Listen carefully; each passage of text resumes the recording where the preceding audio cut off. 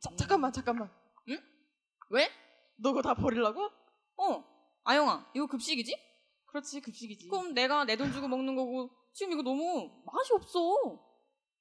그건 그렇지만 우리가 이렇게 풍족한 음식에 잔반까지 저렇게 많이 남길 때 지구 반대편에서는 5초에 한 명꼴로 죽어가고 있다고. 5초에 한 명? 그래. 생각보다 심각하네. 게다가 음식물 쓰레기 발생량이 많으면 안 좋은 점도 그렇게 많대. 그래? 내가 근데 이거 심각한 건 알겠는데 어떻게 왜 심각한 건지 자세하게 알지를 못해. 그러면은 우리 뉴스를 좀 보면 알 수 있지 않을까? 그럼 TV 틀어볼까?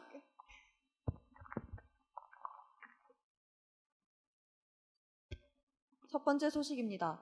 학교 급식 잔반 처리 비용이 3년 만에 80억 원가량 증가한 것으로 드러났습니다. 학교 급별로 보면 같은 기간 고등학교는 35억 원에서 78억 원으로 126% 늘어 가장 높은 증가율을 보였습니다. 중학교는 31억 원에서 48억 원으로 50.6%, 초등학교는 53억 원에서 75억 원으로 41.3% 증가했습니다. 두 번째 뉴스를 전해드리겠습니다. 아프리카에서 하루에만 기아로 죽는 아동들이 2만 5천 명인 것으로 밝혀져 충격을 주고 있습니다. 평균 아프리카 대륙에서 아동들이 먹을 수 있는 영양죽 등의 한 끼 식사를 구매하기 위해서는 약 1,000원 정도가 드는데요. 결국 이 정도 비용을 마련하지 못해 무력하게 숨지는 아동들이 하루에만도 2만 5천 명이라는 것입니다. 야, 이거 생각보다 문제가 심각한데? 그러니까 음식물 쓰레기를 배출해야 할 필요성을 느낄 수 있는 것 같아. 가장 처음 저희가 잔반의 양에 대해 문제성을 자각한 것은 매 주말마다 플라스틱 거름망 위에 수북하게 쌓인 잔반들을 보게 되면서였습니다. 그러나 그때 당시에는 단순히 더럽다고 생각하며 눈살을 찌푸릴 뿐 그에 대한 해결 필요성을 느끼지는 못했습니다. 그러나 이후 매일 급식의 잔반량을 표시하는 그래프를 보면서 학교 내 급식으로 인한 잔반 배출의 심각성을 깨닫게 되었습니다. 처음에는 저희도 캠페인 등의 활동을 주로 저희의 목적으로 삼아 진행했었는데요. 저희의 생각과는 다르게 캠페인의 효과는 그리 좋지 못했었습니다. 이러한 이유로 저희는 조금 다른 방향으로 돌파구를 찾고자 노력하기 시작했습니다. 다음에는 김동우 기자와 류채원 기자가 현재 음식물 쓰레기를 처리하거나 줄이기 위해 이용하고 있는 대안 정책에 대해 조명해 보겠습니다. 네, 김동우 기자입니다. 현재 국가적 차원으로 음식물 쓰레기를 처리하는 방법으로는 크게 소각, 매립, 자원화, 그리고 소멸화 처리 방법을 사용하고 있습니다. 대부분의 음식물 쓰레기는 매립을 통해 처리됩니다. 하지만 최근 들어 음식물 쓰레기의 재활용에 대한 관심이 높아지며 음식물 쓰레기 자원화 시설이 많아지고 있습니다. 2014년 광주환경공단은 음식물 폐수에서 기름만을 추출하는 데 성공하여 판매 수익을 예상했고 음식물 쓰레기로 만든 퇴비를 무상으로 제공하기도 했습니다. 하지만 이러한 시설들은 혐오 시설이라는 오명을 안고 지자체나 주민들에게 대물단지 신세가 되고 있는 실정입니다. 정부의 지원을 통해 이에 대한 인식의 제고를 필요성이 있습니다. 또한 이 외에도 지렁이를 이용한 음식물 쓰레기 처리 방안이 새로운 방법으로 부상하고 있습니다. 단적인 예로 포항시는 2015년부터 지렁이 키우기 사업에 뛰어들었습니다. 음식물 처리뿐만 아니라 친환경적인 분변토를 생성해 건강한 토양을 만들 수 있어 기대한 효과가 크고 학생들을 대상으로 한 환경체험 활동을 할 수 있다는 점에도 주목하고 있습니다. 하지만 이 또한 지렁이를 꺼려하는 인식과 편견으로 인해 아직 참여율은 저조한 편입니다. 이상 김동훈 기자였습니다.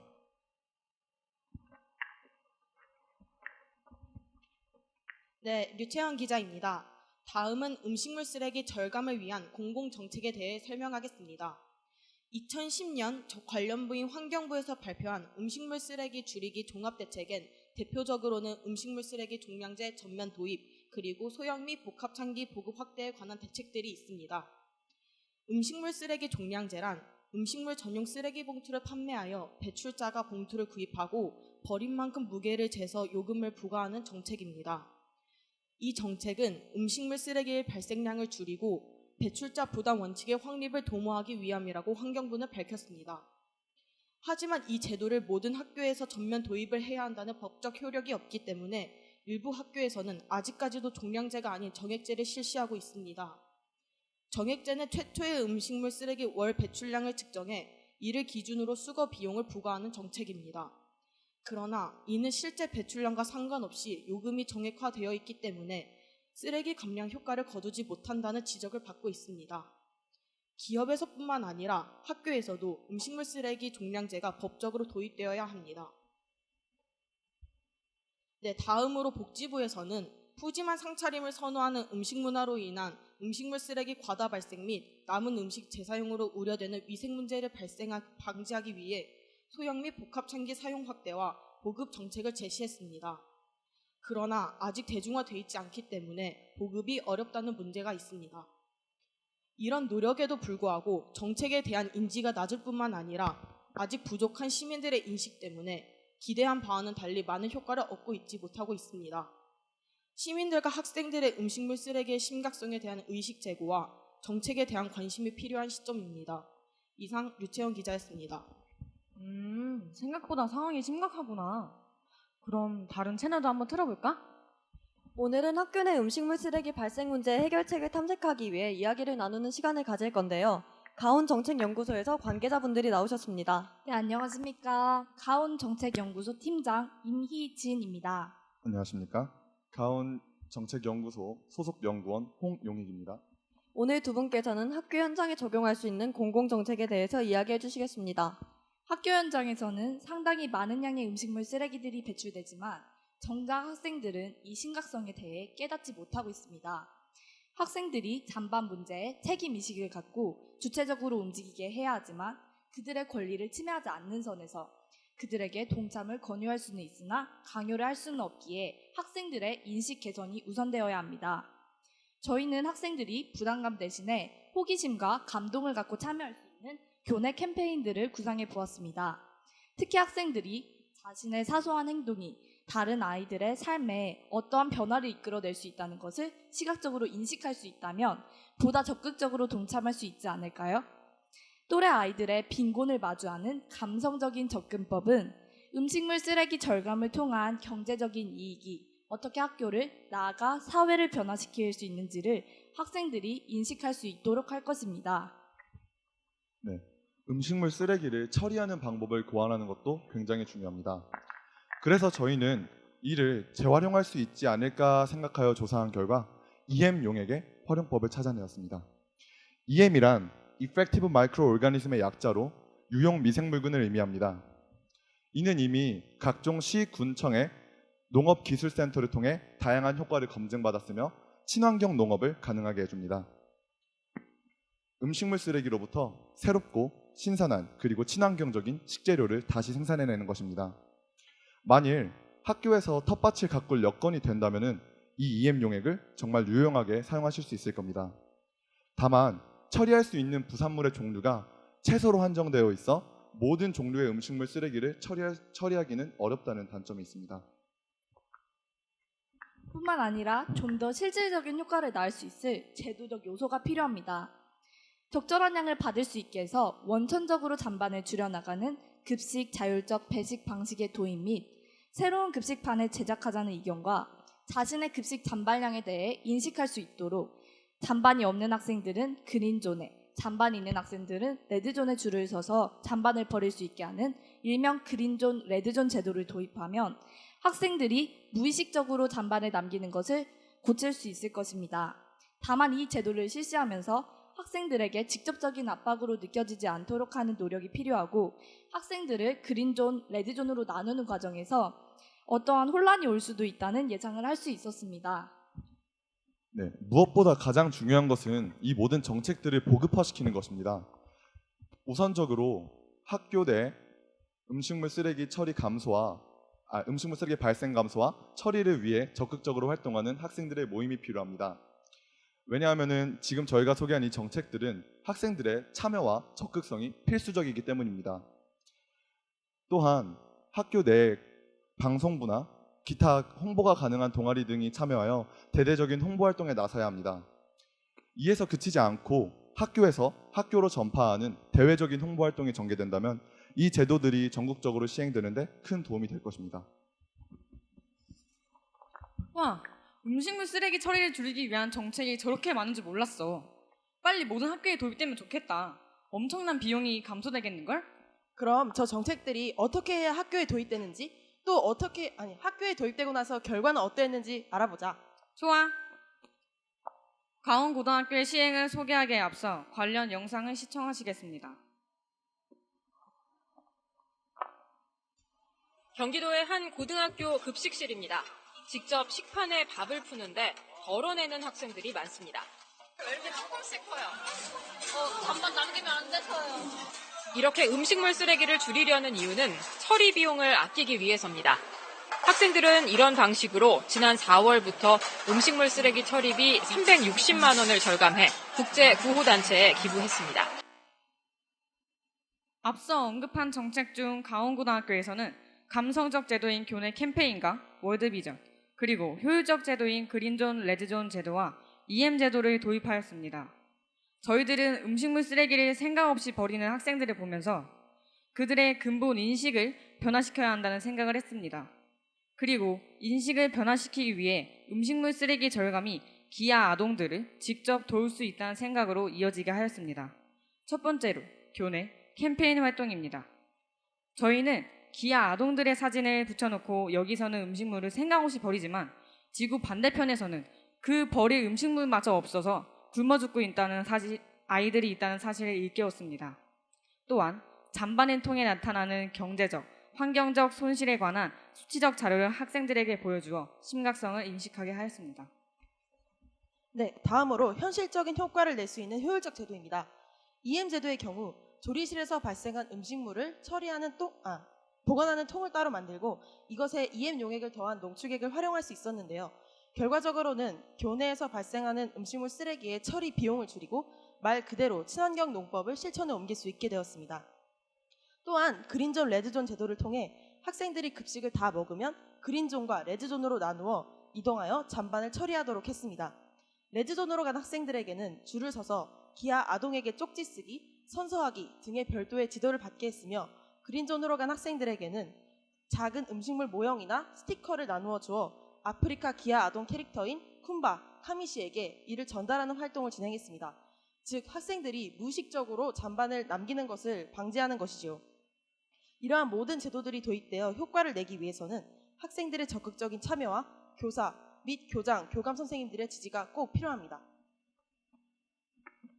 마지막으로 이러한 제도를 모두 도입한 결과 가온고의 급식 잔반량은 평균 7,000kg에서 3,000kg으로 대폭 감소했습니다.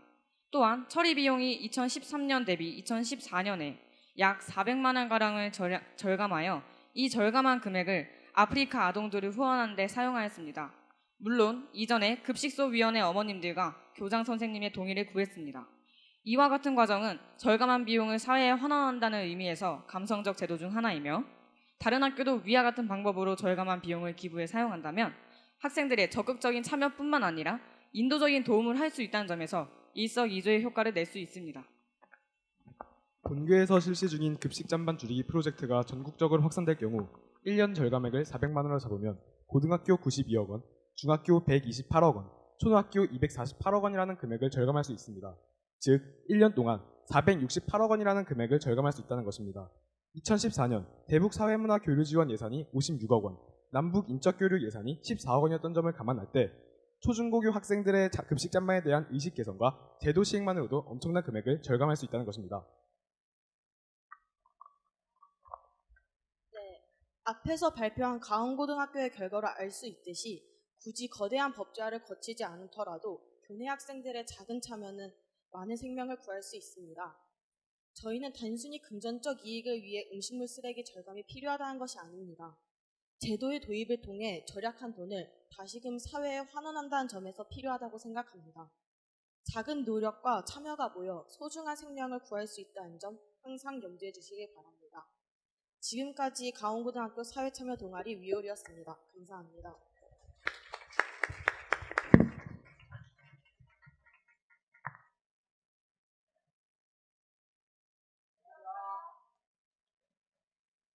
네, 수고하셨습니다. 잠깐 자리에 서주시고요.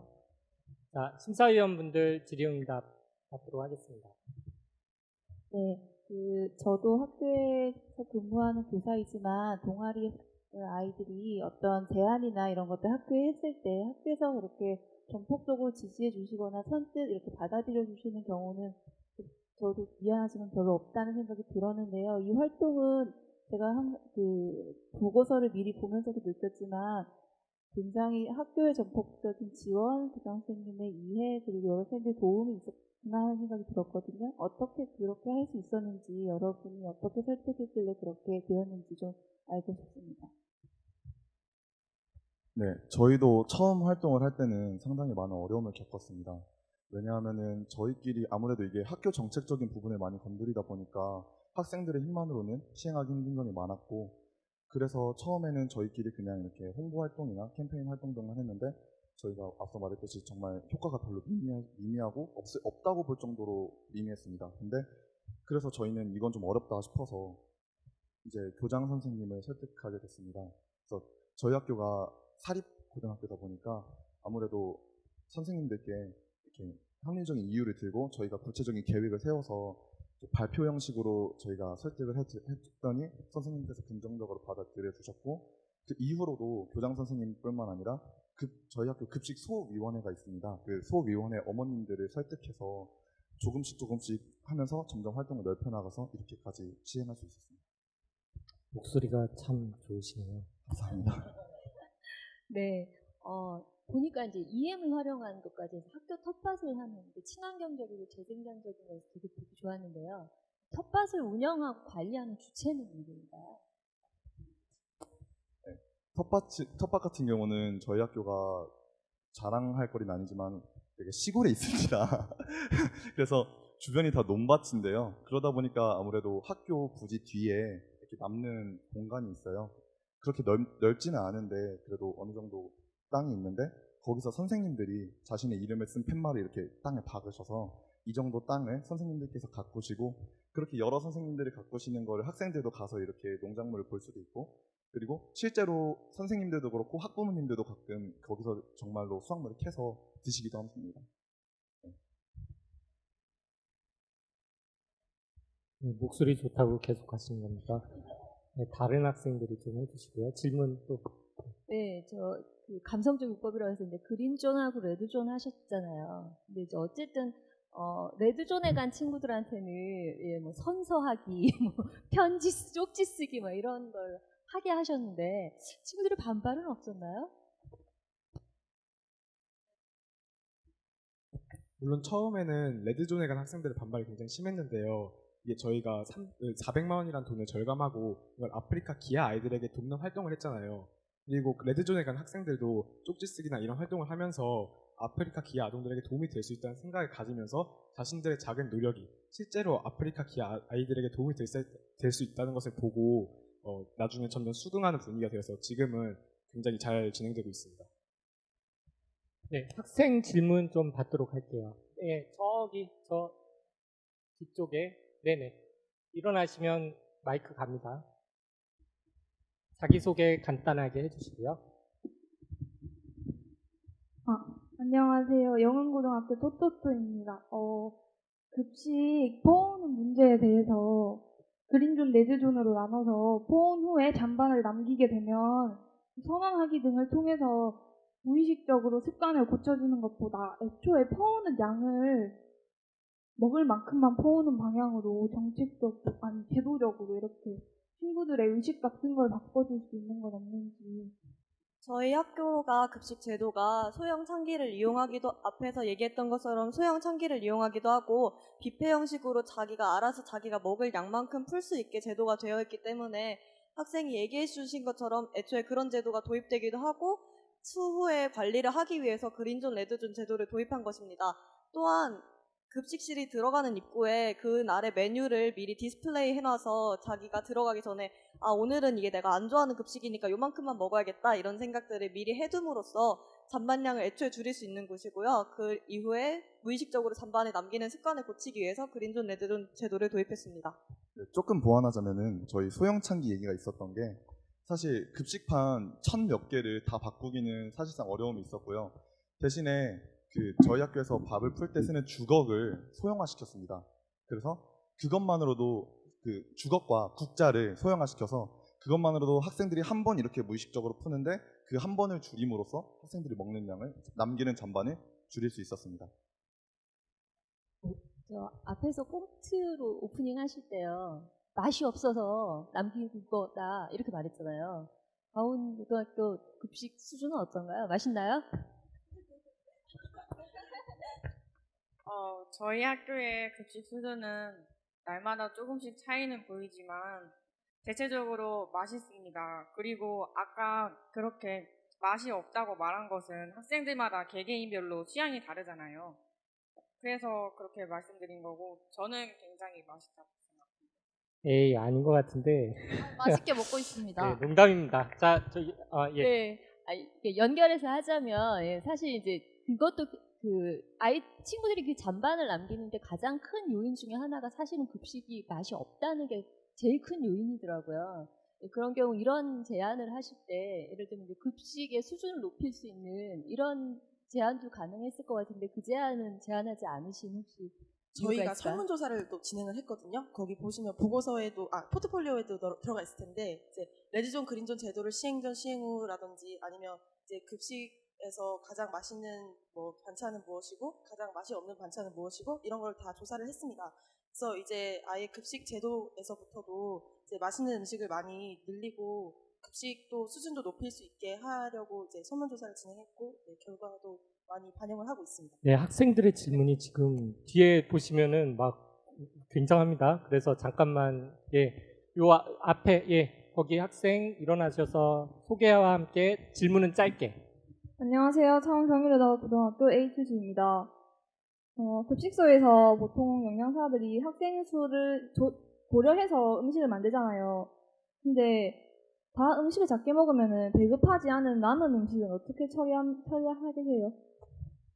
안성에 보면 푸드뱅크라는 게 있어요. 그래서 남은 음식들은 이제 다 버리는 것이 아니고 푸드뱅크를 통해서 이제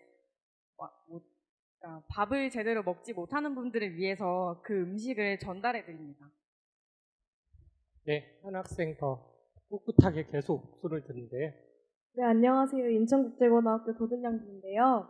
월드비전과 협약해서 아프리카 아이들을 도와주셨다고 합니다. 근데 아까 말씀하셨다시피 푸드뱅크 등을 통해서 우리나라에서 더 힘든 상황을 겪고 있는 사람에게 도움을 줄 수 있었는데 굳이 아프리카 아이들에게 도움을 준 점이 궁금합니다. 제가 설명드리겠습니다. 월드비전 한국지부 실제 긴급 팀장으로 계시던 한비아 씨 아시나요? 그분께서도 이 같은 질문을 받으셨을 때 대답한 내용이 있으십니다. 그분께서 하신 말씀이 급한 거를 먼저 해결해라 였는데요. 사실 저희가 아까 도입 부분에서 언급했듯이 아프리카 아이들 같은 경우에는 영양주기 가격이 한 끼에 1,000원으로 고정되어 있습니다. 근데 1,000원으로 우리나라에서 솔직히 한 끼 해결하기 힘든 게 사실입니다. 그리고 우리나라에서는 복지가 이렇게 되어 있는데 아프리카 같은 국가에서는 복지가 잘 안 되어 있다고 알고 있습니다. 그래서 한비아 씨의 말처럼 저희들도 급한 게 먼저다라는 생각할 수 있었습니다. 네, 심사위원분들 질문 있으십니까? 추가적으로? 네, 없으시군요. 네, 마지막으로 뭐 하시고 싶은 말 하시면 됩니다. 아니 그럼 시간 좀 남았으니까 네네, 말씀하시죠. 마지막 질문에 대해서 조금 보충 네네. 설명해드리자면 무엇보다 저희가 아프리카 월드비전을 선택한 이유는 접근하기가 쉬워서였습니다. 왜냐하면은 월드비전이라는 공식적인 단체가 존재하고 아무래도 학교에서 조금 예산을 사용하는 부분에 있어서 이게 공식적인 자금이라고 해서 이렇게 사용하는데 어떤 과정에서 문제가 있으면은 어떤 이렇게 형사적으로나 법적으로나 뭔가 걸릴 수도 있는데 그런 부분에 있어서 월드비전이라는 공식적인 단체랑 협약을 맺으면은 좀 더 수월하게 진행할 수 있어서 그렇게 선택하게 되었습니다.